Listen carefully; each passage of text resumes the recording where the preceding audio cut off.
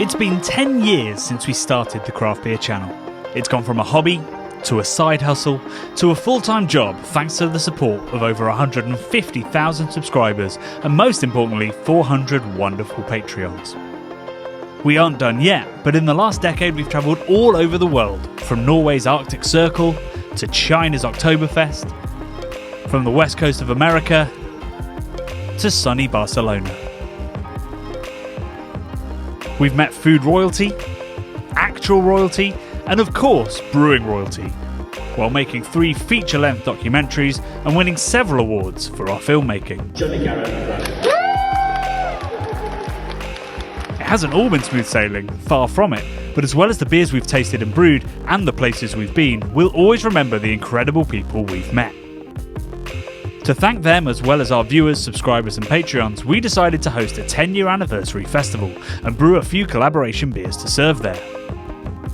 What started as 4 beers snowballed to become 10, one for each year we've been making films.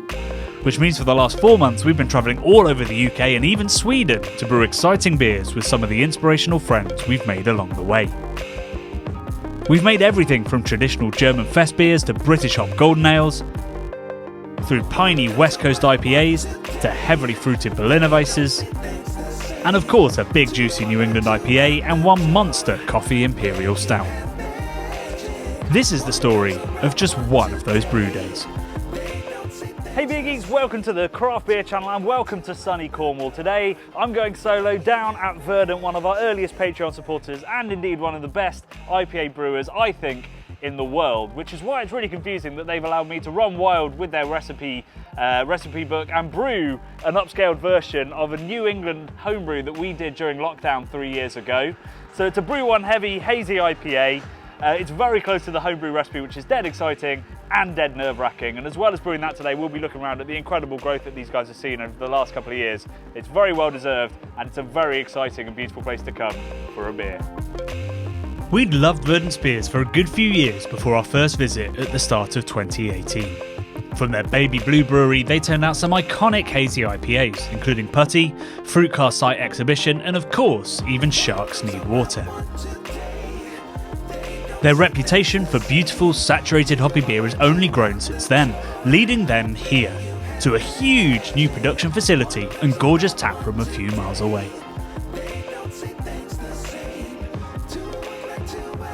Despite a busy brewing schedule, they agreed to let us scale up a homebrew recipe we came up with during lockdown, using their own house yeast and lots of pineapple-y Brew 1 hops. This is the collab I've had the biggest hand in, so I was adamant I'd help, or indeed hinder, as much as possible with the brew. Luckily a lot of the hard work is now automated, so I mostly watched the graining in and mashing before joining head brewer James to tour their state-of-the-art brewery.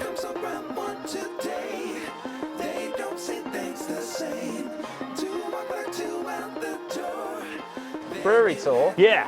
So, the flow runs left to right, and we've got 2 grain silos here, 27 tonnes in each when full, Golden Promise and Extra Pale.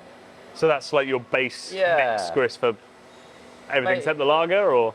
Yes, yeah. Basically. We use twice as much Extra Pale from Crisp as we do Golden Promise from Simpson's, not because of a quality difference, it's just their different colour. Yep. Golden Promise is a bit darker and a slightly maltier, slightly sweeter flavour. So it's often beers have a combination of those 2 grists in, like today's collab. Sometimes it's just Extra Pale and occasionally it's just Golden Promise. No. So like Putty's just Golden Promise is the base, for example. Okay. And then this big orange beast is the relatively new spent grain trailer. Yeah. That gets that holds 28 tonnes of. I mean, that's another indication of the scale, because it used to be shovels into malt sacks and now it's shovels into malt sacks. Then it was shovels into cut off IBCs that Roy, the farmer, would take on his flatbed. Oh, Roy wants a Hilux fame. Yeah. Yeah. And then here, Roy then changed that system to his. So this is still Roy? No. Ah, no. What a story that would have been. About 4 or 5 months ago, Roy was like, "It's too much grain, guys. Yeah, you're giving me too much grain here. It's just, I can't I can't feed the cows enough, and I think he even said, "Well, I don't have any more cows. I don't have any he's run out of cows. cows. He doesn't have any now. He's not. He has no cows. He had no cows. Right. So he was. Did he overfeed them and they? I don't know. I don't know. And then, so as we move inside, you've got the all the sacked malt here, and adjuncts like oat, porridge oats or jumbo oats, flaked wheat. But you've also got other malted barleys and wheats here as well, and crystal malts. Anything that's roasted or dark, all that stuff lives in here in sacks. Goes in by hand. Yeah. Right. That's the other base malt we use. Right. So that's the lager malt. That is the Heidelberg. Yeah, so super pale lager malt, Pilsner malt. So this is just under 3 EBC, usually 2.5 to 2.9. So very, very pale. But I just absolutely love it. I think it's amazing stuff. And yeah, to me, drinking a Helles or a Pilsner, it should just be so pale, like a Teg. When you have a bottle of Teg, it always amazes me how straw coloured it is. Yeah. And so it just had to be like that, you know. I mean, the Helles you've made is phenomenal. Like very Tegan's-esque and just like almost so pale it's got like you could taste the carbonic bite from the bubbles and then like honey in the background and slightly floral. It's a lovely beer. Yeah. Thank you. Yeah. Busy schedule. Yeah, so that's all the tanks. Is that where the collab's going? Oh no, there. Yeah, you're in FB1. CVC's number 1. And it's a double batch. Yeah. All right, let's go up here. So beep. Yeah. Brew. That simple. Yeah. Is there stuff you don't want to automate, like hops going in or anything, like sensory analysis? Yeah, or? I think there's some bits where we still want to open the manway and throw stuff in. You got, hi Kieran. Hey. Got the mash tun or MCV, mash conversion vessel. Oh, right. Yeah, things start to get slightly fancier names. Yeah, apparently. When you get bigger. Scale. Yeah. Yeah. So you can see the auger coming in from the grist case that we were just at. And then when it's time to brew, grist comes along, knife gate opens, drops through, and it gets hydrated with a blend of hot and cold waters from those tanks. And then down in there, you've got these big paddles that move around, and there's steam jackets. So the brewers will get to within 1 degree of the desired mash temp or step temp, and then they'll just nudge it up a degree or half a degree with the steam jackets to get it exactly where we want it. Right. With the lager, so you can do step mashes with the lager? Yeah, we do. Yeah, we do a 54, a 63, a 72, 76. Then we move 2/3 over there, and then we boil the final third, like a semi-decoction, right? And then we push that in there as well. And the combining of the two, you get your mash out temp here. So actually, we don't do a 76. We do a 72, 2/3 over there, boil the remaining third, move that over, and combining, you get somewhere around 76, 78. Wow. And a little extra character. Legit, yeah. A couple of massive urinals. Sorry. Brew sheet. Yeah, brew sheet. Is it giving away secrets to show? Nah. Well, we got 65 kilogram dry hop. Seems like enough. Pretty regular for an IPA, yeah. Wild. 65 kilos in 40 heck. 4,000 litres, yeah. Oh yeah, so 15, 16 Yeah, grams per so litre. 16.5 grams per litre, yeah. Right. Boil kettle, hot. We add some hops here, we'll add salts, acid, etc., like we do in the mash as well. Not hops. And then we knock it out into the whirlpool. And this is the whirlpool, very simple vessel, just a tangential port here. Fires in the works, and you get this nice momentum of liquid and solids moving around, and then that cone in the middle. That really helps with extraction from the hops. Yeah, so we add heaps and heaps of hops in here as well. Yeah. And then you get this big cone in the middle, and then it's just a form of filtration, and then we transfer to the fermenter. So yeah, some of the dry hops into one of these fermenters might be 300 kilos if it's to the brim and a dipper. So they forklift them up onto that platform rather than lugging them up and down. It's a lot of trips. Yeah, this platform is about 4.5 meters, I think. Top of the vessel is around 6. So we're quite high up now. And then you've got fermenters 1, 2, 3, 4, etc., all the way down. So today's brew's going in this one. So all of this platform is all joined together, all the way to the brew deck. So you couldn't, when it was being installed, we couldn't just like move, oh, we just need to move this tank a bit because this manway was clashing here. Right, yeah. So we had to move everything 30 centimetres that way without anything going over the curb that end. And if you ever glance down there at the large Lauterton, there's its feet and the curb is about there. There's about that much leeway. But we could just open this so it goes beyond vertical and just stays open. You can see. You see a little mark where it goes again. Well, you measure twice. Well, yeah. And then move your brew deck 30 centimeters. Exactly. Yeah. So here we are. It's where the magic happens. So people think it's the brew house. Yeah. It's where the yeast does whatever it is it does. does. Yeah. So we've got 3 distinct sections on the green floor. The brewing, so work production, cellaring and packaging. And each one's its own team. And each one's got a manager. So brew manager, cellar manager, packaging manager. The cellar area is unique in the sense that it's the humans there are in contact with the wort stroke beer for the longest period of time. So for the hellers it's like 8 weeks. For everything else it's usually 2.5 weeks. So it's quite a different role. In fact, it's completely unique, really.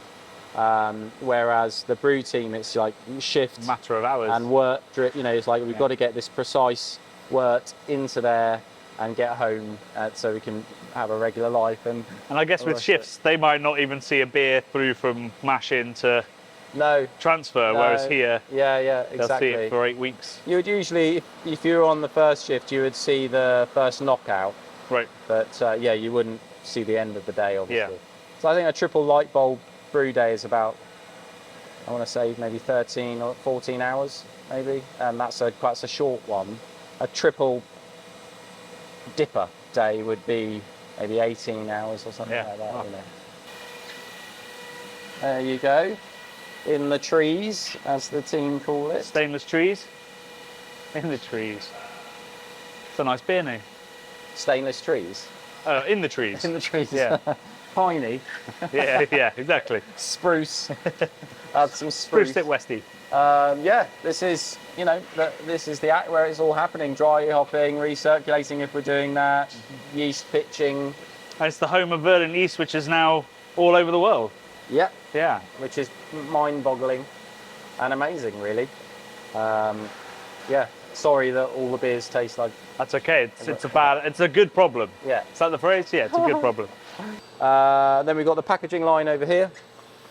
Which was packaging a Westie today. Packaging a Westie today, Green Cheek collab. Very excited by that one. This is a 9-2 canning line, so 9 filling heads, 2 seamers. Does about 75 cans a minute, which isn't crazy fast, but it's fast enough for what we need. Fast enough for 2 people at the end being like... Yeah, exactly. Yeah. This is a little X-ray setup. Anything that's below a certain fill level just gets punched into a bin by a machine, not a human. Somebody employed to be like. Yeah, Bosch. Yeah. Although I assume the staff do Bosch them later. Yes, there's some of that. At the end of the tour, we found ourselves conveniently in the tap room, and with the beer louted but still coming up to the boil, we sat down to share a few beers and chat about Verdant's story, the process of brewing great IPA, and our collab recipe. Yeah, so we're brewing essentially a homebrew that we came up with together in the dark ages of COVID. Yes. When I brewed, you mocked me for using buckets at home in my home brewing. Did I really? Yeah. I mocked you? Well, mocking's a strong word. You were, I would say, disconcerted by the fact that I was going to use buckets. You say you're using buckets, Jonny? I'm probably going to be using buckets here, James. See you later. No, I'm joking.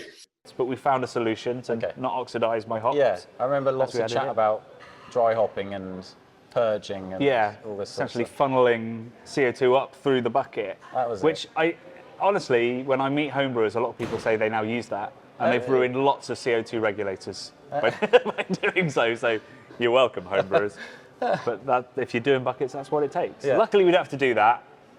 We might do some rousing with CO2. I'm not quite sure. I don't know how techie you want me to get straight off the bat. Well, no. Let's ease our way in. And talking of that, should we have an 8.5% dipper? Yes, please.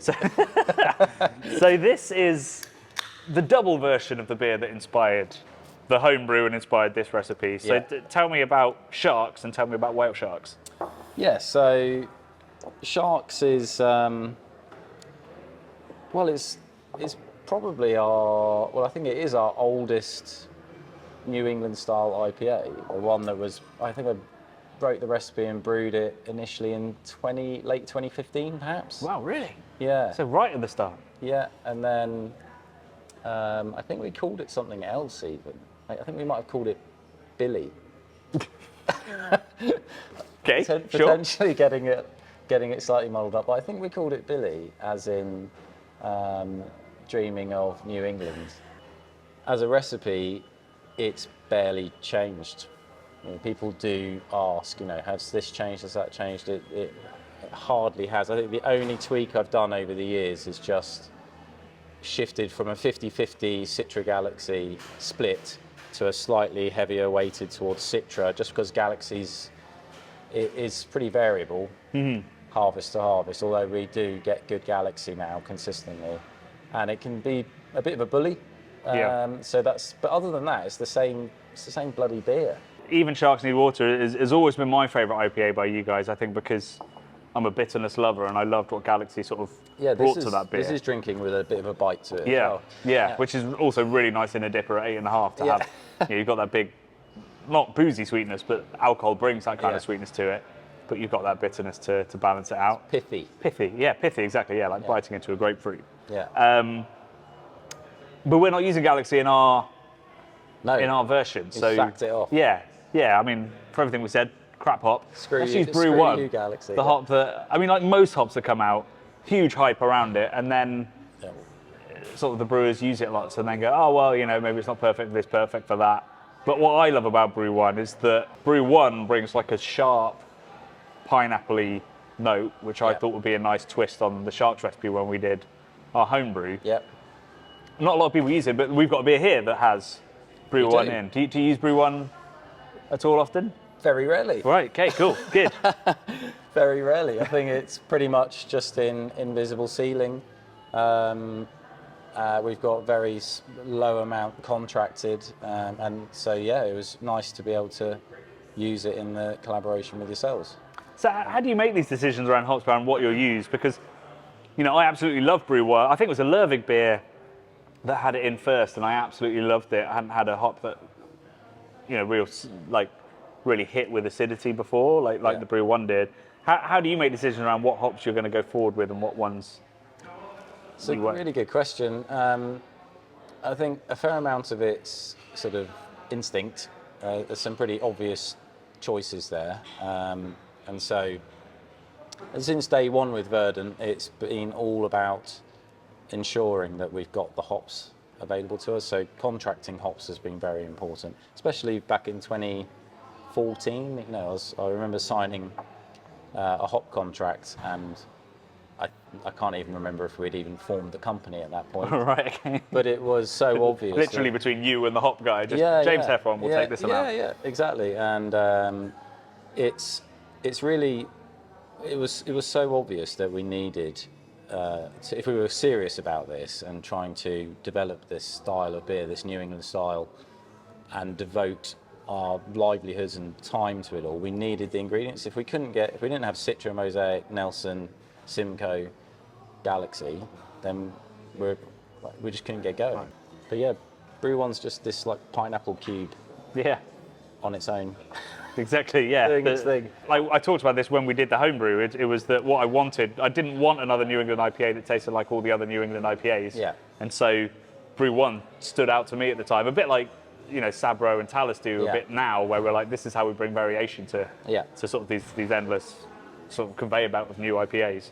So that's what I was trying to do, and hopefully people at home are going to taste that when they try this beer. Hopefully there's going to be tons of pineapple in. But with the brew that we're doing, it's Citra, Mosaic, Brew 1. So it's Brew 1 with 2 huge other hops. It's going to be a lovely beer. Yeah. Whatever happens, Citra Mosaic are going to do some work. But what I've been learning, so we talked about this actually in the homebrew video as well, about this, what Trogs call their 3 bucket system. So you do the layer underneath that's the main flavour, and that probably is the biggest hop and then the next one up is adding complexity to that, and then you add top notes with the final hop. Right, okay. And that's very much what I was doing with the homebrew. Like, so Brew 1 wasn't a huge addition, but it just lifted it from being a Citra Mosaic, probably sort of mango apricot bomb, and became a little bit, oh, well, there's a squeeze of something Okay, interesting. on top of it. Yeah. And from that brew sheet, you know, Brew 1 is again the smallest addition. Yeah. But hopefully everybody that tastes it at home will be like, there's, Yeah. so it's slightly brightened. It's not overripe fruit. There's Yeah. also something else going I mean, on. we could always play around with how we dry hop it. Right. If we wanted to add the Brew 1 at a different stage, or if we wanted to add it at a different temperature, or if we wanted to throw all the hops in one go. We often play around with that, to be honest. So would say adding Brew 1 as like a single edition right at the end potentially bring out more or less, or? Yeah, maybe. Or, well, in all honesty, I don't really know. I don't think any of us really know. You know, you just kind of experiment, and that's the beauty of it. We could, well, sometimes in this beer, Whale Sharks, for example, we hop it 3 times. So we throw some cryo mid-firm, and then the other 2 hop additions are at the soft crash temperature of 12 after terminal gravity, harvesting, all that. And then we'll do 2 more hop additions. Right, wow. Our sort of more classic double IPAs, I guess, Fruit Car, etc. They tend to just have 1 addition, one big wallop at 12 degrees. But then recently we've just done a 8.4 hazy dipper with Green Cheek, and this was a really interesting collab because we basically swapped our dry hopping techniques. So they're doing 2 beers where they approach it the way we do, so the soft crash, etc., and we've approached our beers the way they do. So that dipper that I think came out last week, it got all of the hops on day 4 or 5 of fermentation. So Right. 25 grams per litre was like 200 kilos. And we also added a little bit of extra sugar as well. Right. So to try and encourage a bit more re-fermentation and biotransformation and all that sort of stuff, which I've been super skeptical about over the years anyway. But I might be coming around to it. Right. Have you tasted it since you've done that experiment? Yeah, I had a can on Sunday, and I thought it was really, really good. Right. But it's just after nearly 10 years of Verdant, we'll be 10 years old next year. Still learning and figuring out new ways of dry hopping. Yeah. Which is pretty nuts. On the topic of hops, it was time to add them to our collab. A small amount to the boil and a huge amount to the whirlpool, ready for the transfer in an hour. The sheer volume of hops hammered home the scale of the brew and made me a little nervous about how such a little loved hop like Brew 1 would be received. So I asked James how he normally handles feedback on his beers. Personally, and it's not just myself but others, but I can only really speak for myself in this regard, I do pay a lot of attention to things like Untapped or YouTube or any kind of form of reciprocating of information. This is important, I think. And it's obvious. Generally, when I find that when I'm excited about a beer that's coming out or we're brewing again, without really sort of being overt about it, it's obvious that there are a lot of other people that are getting excited about it as well. One of the best compliments that we get is that, sort of almost throwaway comments where you see someone say, well, it's Verdant, of course it's good. Something like that. That's such a massive compliment because it's not just, it's like goes to the very heart of what the brewery is, rather than just like, oh, there's shitloads of hops in that. Yeah, I mean, I guess you've been chasing those kind of comments for most of your life, so it must be nice for them to start filtering through and being like, of course it's good. Well, because it's basically what that's saying is that we give a massive shit about every part of the process over and over again, which I think's priceless, really. So thank you to whoever that one person was. Probably me. I mean, I'm really excited and slightly nervous. So having now brewed 10 beers, this is the final collab that we've done of the 10, and I think I'm going to be sat on WhatsApp probably, but also sat on Untapped to get feedback, because for the first time, really, you know, I've had a big say in what these beers have been, and there's, you know, intention. Yeah. I know the intention behind all of these beers. I know that this beer that we're brewing today is supposed to have, you know, everything that Citra Mosaic has, but a definite note of pineapple. Yeah. And I'm going to get to watch Untapped roll in and just pray that somebody, hopefully unprompted, goes like, Yeah. smell like pineapple. Whereas Sweaty I've never been socks, on that mate. side of face. Sweaty socks. Sweaty socks. Yeah. Yeah, possibly. Well, thank you so much again for having me. Thanks so much for brewing this beer with me. No worries. I'm very, very excited and nervous to see how it pans out and to see everybody at the festival, because we're going to be there for the launch. Like, that's another thing. People will be drinking that beer for the first time and I'm watching them. Yeah. I say this like I came up with the recipe fully. Not the case. Very much just film people putting hops in. If it's terrible, can I just say it was your fault? Yeah, but if it's great, can you point at me as well? Sure. Can we strike that deal? Yeah. There we go. Sweet. It's decided. With the pressure on, it was lucky we only had to wait about 3 weeks to sit down at Hackney Brewery and taste the beer, which Verdant had wrapped in a stunning label that paid homage to our Patreon community. So beer number 3. The label was beautiful, Jonny. Yeah, I think it's my favourite label, and this is also a reference to our Discord, our Patreon Discord forum, definitely not a cult, which is what we say when things feel a little bit like a cult in there or on the craft beer channel. Yeah. So this beer, again, we know it's going to be incredible. Verdant are my favourite IPA producer, hazy IPA producer in the world. In the world. In the world. Whoa. So we know that this is going to be a sensational beer. The question is, do we get pineapple from the Brew 1? Because it's competing with Citra Mosaic. Citra Mosaic was slightly bigger hops. We were trying to get a top note from the Brew 1. Yeah. So are we getting pineapple? I can't wait to find out. I think I'm getting the pineapple already. I can Are you smell getting pineapple I can from smell there? pineapple from when you cracked it. I must confess, I had a cheeky tin of this last night, and there's so much pineapple on It this. smells like I don't know if it's a ting or a lilt, but when you cracked it, It's lilt. I was like, yeah. holy Ting's shit. grapefruit. It is grapefruit. Yeah, that's true. Definitely lilty. Oh man. If you've ever described a beer as lilt and enjoyed it, you're going to love this, because there's loads of pineapple, mango, you know, the totally tropical thing. Totally tropical. Which doesn't quite feel right to say now. Is it papaya-y as well? Yeah, maybe. It's definitely mango vibes for Yeah. sure. Yeah, I think it's mango and it's pineapple. It's like crystallized pineapple, which is what I've always got from Brew 1. It's an incredible aroma. It's like being on a tropical island, mate. Just Class slather bar. that on me. Beautiful.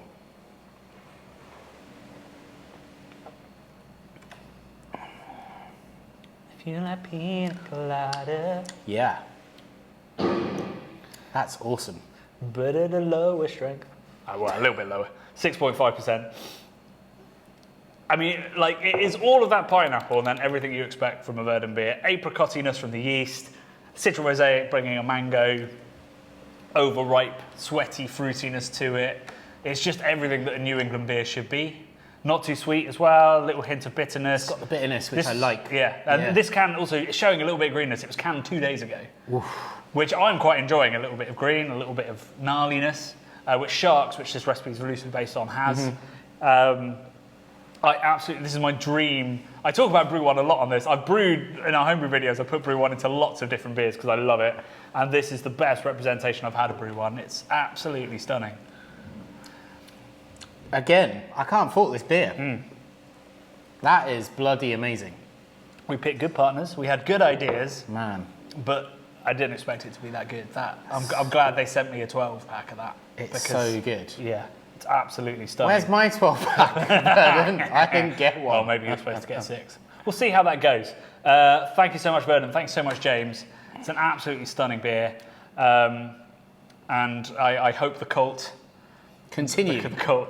Long may it continue. Should the cult turn suicidal, we'll lace this with Whoa, whatever where it did is. that come from? So yeah, it's not a cult. It's not a cult. It's not a cult.